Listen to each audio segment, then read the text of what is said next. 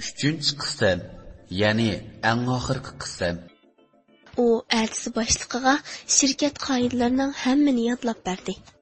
Boshlig'i buda hargiz bundoq ish qilmaslik to'g'risida va'da elib uni chiqarib etdi. Raila mush ish sababli tasqali xizmatidan ayrilib qolgan. U kechichi uxlamagan bo'lgach, ko'zlari qip-qizil bo'lib, kelib ketganlik sababidan xizmat ustida uxlab qoldi. Gulxumar buni ko'rib qolib, uni boshliqqa chaqib qo'ygan edi. Hamda boshliq uning yeniga yaqin kelishiga uni yolg'ondan uyg'otgan bo'lib, uning yaxshichaq bo'lganmi bo'ldi. Nadan Raila Gulxumarning bundoq askilikni o'ylab yetmagan edi. Uning nazarida Gulxumar bir pok qiz edi. Boshliqi uni yana idorasiga akirib, qattiq tanqidladi. Bu da yana shundoq ishni qilsa, shirkatdan qo'g'ilib ketadiganligini aytdi. Raila bu saboqni izida ching tutib oldi. Gulxumar uning yeniga berib, uning yaxshichaq bo'lganmi bo'ldi. Raila azimatni ko'rib qoldi. U qo'lida nurg'un hujjatlar tutib olgan holda Railaning yenidan o'tib ketdi. Railaning azimatga bakla qarab ketganligini ko'rgan Gulxumar uning yeniga kelib, o't quyruqlik qilishga boshladi. "Adash, sen uni ko'yib qolmagansan? Burunqi ishiq o'ting tutishyaptamdi ya?" "Yo'qay. U bakla yo'g'nab ketdi. Sendek bizdeklarni ko'zdan qirg'imi ep qo'ymaydi degina." Gulxumar shundoq gaplarni qilib, qasdan Railaning ko'nglini azimatdan sovutmoqchi edi. Railamo rost deb tushunib qolgan edi. U bakli sodda edi. U uyga qaytib kelib, tamoqini yeb bo'lib, hujrasiga kirib ketdi. Railaning so'lg'in chiroyini ko'rib, opsi uni tasalli berishga boshladi. "Jinim qizim, nim bo'ldi? Necha kundan bakli so'lg'in ko'rinsan-ku. Birer yering og'ribatamdi." "Yo'qay, opa, nerdagi gaplarni qilmasan qandaq? Bo'ldi, men uxlayman." Degunicha yotqonga purkinib kirib ketdi. Opsi birdam qarab turgandan keyin tokni o'chirib chiqib ketdi. Bir chaqda uning undidoriga bir uchur keldi. Bu uchur dal azimatdan kelgan edi. Raila, qandaqroq turibsiz? Yaxshimi? Men rostli yaxshi qilmadim. Meni kechiring. "Yo'qay, ko'nglimga kelmadi." U bir necha ig'iz tatliq gap qilib etib, ondan Railani yana bir ishda yordam qilishni o'tindi. Sadda Raila buning Gulxumar ekanligini bilmaydi. U yana ma'qul bo'ldi. U atsi boshliqi bilan muavin boshliqning tomoqini almashtirib etdi. Bu dal azmatdan uning buyurgan ishi edi. Aslida boshliqi go'sht yemaydi. Muavin boshliqi bo'lsa go'sht yeydi. Bu ikkisi tomoqining almashib qolganligini ko'rib hayron qoldi. Buni nima vajidan ekanligini bilolmagan edi. Bu ish uda necha kun takrorlandi. Bir kuni boshliqi bu ishni Railaning qilayotganligini bilib qoldi. Shuning bilan ochiqqa paylamay Railani ishdan bo'shatib etdi. Bichora qiz ishsiz qoldi. Uning ko'ngli intayin yerim edi. Biroq u bu ishni Gulxumarning sababidan bo'lganligini bilmay azimatdan ranjib yurgan edi. Bir kuni u eng yaqin do'sti Mavludadan azimatning turmaga kirib ketganligini anglab qoldi. Railaning shu topda yuraklari ahnsiz so'qmoqda edi. "U qandoq bo'lib turmaga kirib qoldi?" deb so'radi Raila. "Bir qizni qutqizaman deb bir bal yerlandiribdi. Hozir uning yarasi og'ir ekan. Shuning bilan saqchilar kelib Azmatni elib ketibdi. Uni qutqizish uchun shu yerlandirgan balni izlab, uning ustidan qilingan arzni qaytarib olsa bo'ladi ekan. Ansam, Azmat Gulxumarni qutqizaman deb shunday qilibdi. Biroq Gulxumarning kari yo'q yurmamdi ana. Zod yaxshilik qilganini bilmaydigan nima u?" Mavluda shundoq deb qo'ydi. "Bo'ldi adash, mening azroq ishim bor edi, men ketaverdim, ha?" Mavluda ketdi. Raila udul saqchixonaga, ya'ni Azimatning yeniga qarab yurib ketdi. U saqchixonaga keldi hamda Azimat bilan ko'rishdi. Uning turuqiga qarab yuragi etishib ketdi. "Azimat, Nemishqimi bundaq ahmoqona ish qilgansiz? Azimat gap qilmadi. Azimatning yuzidan bir tomchi yosh sirg'ib tushgan edi. Buni ko'rib, Rohilaning ko'ngli texmi buzildi. Agar boshqalar bo'lmagan bo'lsa, toza yig'lab ichini bo'shtib olgan bo'lardi. Bir chog'da bir saqchining chaqirishi bilan Rohila ketib qoldi. Azimat umidsiz ko'zlari bilan uning tikilib qarab qoldi. Saqchi Rohilani idorasiga akirib, siz Azimatning nemisi bo'lasiz? Men uning do'sti. Saqchining ko'zlari yo'g'inab ketdi. Uning ayoli, opidatisi yo'qmikan? Yo'q, bilmayman. O'dag'i to'y qilmagan-g'o deyman. Siz uning bilan qanday tanishib qolgan? Men uning bilan bir shirkatda ishlagan. Keyin ma'lum sabablar tufayli men istifa berdim. Siz uni tunji bo'lib, ko'gili kelgan odam. Uni mushkamgacha hech kim ko'gili kep boqmadi. Nima? Rohila hayron qoldi. Biz tekshiribmi, uning ota-onasining nerede turdig'ini topolmadik. Ya o'zi digili unimidi. U sizni qutqizaman deb shunda qilmagan bo'g'iydi-a? Yo'qay. Rohila shundoq deb qo'ydi. Boshqa ish bo'lmasa men chiqay. Rohila shundoq degunicha chiqib ketdi. Azimat yana uning ashu nursiz ko'zlarini tikib qarab turmoqda. U yana Mavludani izlab borgan edi. Chunki nimali bo'lmasin, Mavluda uning bilan xeyligacha birga ishladi. Uning nurg'un ishlarini bilishi turganli gap edi. U shirkat oldiga kelib Mavludaga telefon qildi. "Vay, ha adash, pastga tusha." Mavluda ma'qul deb telefonni qo'yibdi. U pastga tushdi. Tush mezgili bo'lg'achqa ular bir oshxonada tomoq yegach paranglashishga boshladi. "Adash, sendan bir gapni so'ray." Rohila gapini boshladi. "Adash, sen Azimatning oilasidagilarni tanimsan?" Mavluda birdan jimjit o'ltirdi. Buni so'rab qoldim. Hech kimga demagan edim, men deb beray. Aslida men Azimat bilan bir yurtliq. Yana kelib bir mahaldan edik. Uning ota-onasi intayin boy edi. Ular yurtimizdagi eng boy ham obro'li kishilarning biri edi. Ularning intayin cho'ng xuddi bizning shirkatga o'xshash bir shirkat bor edi. Biroq yaxshi kunning yomoni bor degandek, bu bir oila kishilarining bir kechada vayron bo'lishini hech kim xiyolga keltirib boqmagan edi. Ularning shirkati bir kechada iqtisodiy krizis tufayli vayron bo'ldi. Hatto uyni bank tortib oldi. Ular uy makonsiz qoldi. Dadisi bu azob chidamay eslib ulvabdi. Keyin anglasam, opsi bu dard chidayolmay sarang bo'lib qopti. Azimat o'zi yolg'iz qolgan edi. Uning urug' tuqqanlari uni qarab qo'ymaydi. Pul bor chog'da 100 obro'liq bo'lgan bilan pul yo'q chog'da bir tiyinsiz ekan odam degan. Mavludaning ko'zidan munchoq yoshlar to'kilmoqda edi. Rohilamu qattiq qayg'urdi. Undaqda Azimatning opasi qandoq bo'ldi? Mavluda texmu yig'lashga boshladi. Azimatning tuqqanlari odam emas nimalar ekan. U xotinni beqishda kelib, uni sanatoriyaga olib ketibdi.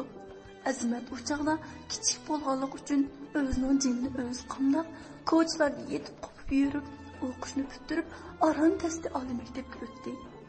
U tirishib o'qib, oxiri bu shirkatga qabul qilingan edi. Biroq bu ishni ko'rmamsan. Shu Gulxumor deganni deb o'ziga o'zi bola topdi. Ya uning xiyoliga kirib chiqmasa, anglasam, burun Azimatning qo'ngidan chiqmaydi. Hozir boshqa bir boyg'ojamni tepib olibdi. Ashunda qizlar hammamizning yuzini tükidi. Mavluda qaynab ketdi. Rohila uyga qaytib keldi. U Azimatni qutqizish qaroriga kelgan edi. U Azimat yaralandirgan oiladagilarning yeniga bordi. Nurg'un so'z xodimlar bilan kelgan edi. U o'zining Azimatni qutqizish uchun kelganligini, mumkin bo'lsa arzini qaytarib olishni aytganda, ular Rohilani qo'lab chiqardi. "Mening o'g'lim balans yotidi. Ya uning chiqimini to'lamidi. Elmi biz to'layapmiz. Eng yaxshisi bu yerdan tezroq ketiveling. Raila hargizmi bel qo'yib etmaydi. U doktorxonaga qarab yo'l oldi. Chunki Azimat yaralandirgan bola texnichi doktorxonada edi. U bir necha kun u bolaning holidan xabar oldi. U bolaning ismi Imron edi. Bu ikkalan bir necha kun ichida xeyli tunishib qoldi. Aslida ota-onasining xizmati aldirash bo'lganlik sababidan bir haftada faqat necha qatimlik kelib bolasini yo'qlab ketadi. Raila bu bola bilan so'zlashish jarayonida Imronning haqiqatan oqko'ngil, mehribon bola ekanligini his qilgan edi. Imronmu tuyuqsiz osmondan tushgandek paydo bo'lib qolgan, o'zining holidan xabar elayotgan pari sifat bu qizga haqiqatan qoyil bo'lgan edi. Imron Railani yaxshi ko'rib qolgan edi. Raila buni his qilmadi. Raila bir necha kun o'tgandan keyin Imronga Azimat ustidan qilingan arzini qaytarib olishini hamda Azimatning oila ahvolini Imronga aytib berdi. Imron tezla ma'qul bo'ldi. Chunki u mu Azimatga ich og'ritgan edi. Azimatmu turmadan chiqdi. Raila Azimatni olg'ili bordi. O'zini olg'ili kelgan Railani ko'rib Azimat xushal bo'lmoqda edi. U yugurib berib Railani qattiq quchoqlab oldi. Railaning yuraklari qapidan chiqib ketgudek darajada so'qmoqda. Chunki u oshiqini aran dasti topdi. Ularning xushallik kunlari mana mushuningdan boshlandi. Ko'ralmaslar ular hasad qilishmoqda bo'lib, Gulxumar birinchisi edi. Raila bilan Azimat nagili borsa, Gulxumarmi xuddi soyidaklar ularga ergishib yuradi. Raila o'z ko'nglidagi oshiqiga erishdi. U nihoyatda xushal edi. Biroq ularning xushal kunlarimi uzoqqa bormadi. Gulxumar har tarafga chepib amal izlamoqda edi. Chunki Gulxumar Railaning baxtini ko'rolmaydi. U oxiri surishtirib yurib Imronni topdi. U Imronning mol dunyosiga qiziqib qolgan edi. Biroq Imronning yaxshi ko'rdigini yana Raila edi. Ishlar mana mush tariqada davomlashmoqda. Gulxumar Imronning oldida o't quyruqlik qilib, Railani hadab uni yomon ko'rsatishga, o'zini yaxshi ko'rsatishga boshladi. Railaning Azimat ismli bir bolani yaxshi ko'rganligini aytdi. U dal heliqi o'zi qutqizib qolgan Azimat ekanligini degan chig'da Imron qattiq hayron qoldi. Imron qat'iy ishonmadi. Gulxumar Azimat bilan Railaning alishayotganligini aytdi. Imron yana ishonmadi. Yo'q, mumkin emas. U menga muhabbatim yo'q degan. Siz meni aldayapsiz. Muhabbati yo'q bo'lgani bilan yaxshi ko'radigan odami yo'q degani bo'lamdi. Gulxumar Imronga Raila bilan Azimatning quchoqlashib turgan rasmni ko'rsatganda Imronning ko'zlari chaqnab ketdi. U meni aldabdi. U meni aldabdi. Hech qisi yo'q. O sizni aldigan bo'lsa, men bor emasmi? Gulxumar shundoq deb o'zini Imronning qo'yniga otdi. Bir necha kun o'tgandan keyin Gulxumar Imrondan uyda borligini aytdi. Imron nima qilishni bilolmay qoldi. Nima? Bu mumkinmi? Bu qandoqmi mumkin bo'lsin? Endi u Gulxumarga bog'lanib qolgan edi. U endi qanday qilish kerak? Gulxumarni ya yaxshi ko'rmasa, u bir yo'lni tanladi, ya'ni o'lib olish. U esilib o'lib oldi. Buning hammasi Gulxumarning sababidan bo'lgan edi. Aslida Gulxumarning bo'yida qolmagan bo'lib, u yolg'ondan Imronning mol dunyosini ko'zlab, Imronni aldab qo'ygan edi. Oqibat u bunday ishlarning yuz berishini o'ylab boqmagan edi. Gulxumar mushuning bilan bo'ldi qilarmi? Yo'q, hargiz unday bo'lmaydi. Chunki Gulxumar sepi o'zidan hiylagar bir nima. U hech nimani bilmas bo'lib oldi. Shuning bilan Imronmo Gulxumarning sababidan hayotidan ayrildi. U biz bilan mangulik xo'shlashdi. Gulxumar yana burniga yemadi. U endi yana Azimat bilan Railani ayirib etish bo'yida bo'lmoqda edi. Endi bu bicharalarmi yana nima kunlarni ko'rar? Gulxumar azaldan boshqalarning baxtini ko'rolmaydi. Jamiyatimizda undaq kishilar oz emas albatta. Boshqalar ozroqla baxtini topsa, ularni ko'rolmaydi. Ko'rolmaslar mangu ro'noq topolmas. U yana bir amal topdi. U maxsus bir qancha odam yollab oldi. Hamda Rohila bilan Azimat bozor aylanayotgan vaqtda Rohilaning so'mkasini bulab qaytishga buyurdi. Rohila bilan Azimat bugun intayin xushal edi. Chunki ular bu ishni ota-onasiga aytmoqchi, ko'rishga bormoqchi bo'lgan edi. Azimat Rohilaning ota-onasiga tunishlik bermoqchi bo'lgan. Ular xushallik ilkida bozor aylanayotdi. Ish mana shu yerda boshlandi. Gulxumar yolib olgan odamlar Rohilaning so'mkasini bulab qochdi. Rohila varqirashga boshladi. Bulangchi! So'mkamni elib qochdi! Azimat darhol ularni qo'llab ketdi. Bulangchilar odam yo'q bir xalq ko'chaga kelib to'xtadi. Bu yer shunchalik timtas edi. Birer odamning qarasimi ko'rinmaydi. Birdilla yiliqi bulangchilar Azimatga qarab etilib kelishga boshladi. Ularning alfozidan Azimatni o'ltirib yetadigandak turadi. Ular qattiq so'qishishga boshladi. Birdilla yana bir qarab turgan bulangchi yenidan bir pichoqni chiqarib Azimatning yuragiga sanjidi. Ular Azimatni o'rib qarab baqdi. Uning eg'izidan qonlar bulduqlab oqmoqda edi. Pichoq tiqqan yeridan chiqayotgan qonlar yerni qip-qizil qilibdi. U bulangchi asta yana bir bulangchining yeniga berib, uningga mu pichoq tiqdi. Chunki u o'zining fosh bo'lib qolishni xohlamaydi. U qochib ketdi. Naq maydon shu peti qoldi. Bunimi hech kim ko'rmadi. Rohila ularning orqasidan kelgan edi. U yerda yotgan ikkalanini ko'rib cho'chib ketdi. Uning birisi dal Azimat edi. Azimat! Rohila qattiq varqirashga boshladi. U Azimatning ustiga tashlandi. Azimatning ozroq tinqibal edi. Rohila, sizni so'yman. Azimat yerdagi qonni qo'lga surtib, shundoq deb yozganicha qayta inkas qaytarmadi. Azimat, chidang Azimat. Men sizni chuqur qutqizaman. Birdilla sharqirab yomg'ir yog'ishga boshladi. Yomg'irning qattiq yog'ayotganiga qaramay, Rohila Azimatni dumbuzga yudagunicha ketib boradi. U nurg'un qaytim yiqilib tushsa-mu, yana bardoshlik berib ketib bormoqda. Rohila shundoq mengib yurib, Azimatni doktorxonaga akeldi. Doktor Azimatni jiddiy qutqizish uyiga akirib ketdi. Biroq Azimat jon uzib bo'lgan edi. Doktorning oxiratlik ishlarga tayyorlik qilinglar. U o'ldi.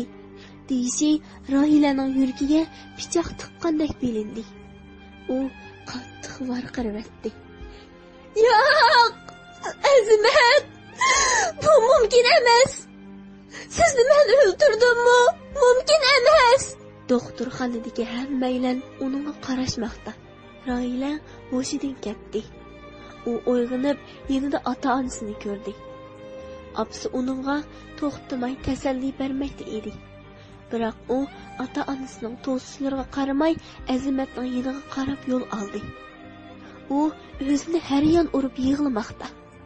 Uning ko'zlarimi yumilishga boshladi. Bu mangulik ko'z yumulish edi. Rohila oshiqi Azimatning oldida jon uzgan edi. Ota-onasi Rohilaning jasadini ko'rib, dadasi shu yerda yiqildi. Apsiga bu ishlar eg'il kirib, farang bo'lib qoldi. Bir oila kishilari mana mushundoq vayron bo'ldi. Keyin bu ishlarning Gulxumar sababidan bo'lganligi aniqlandi.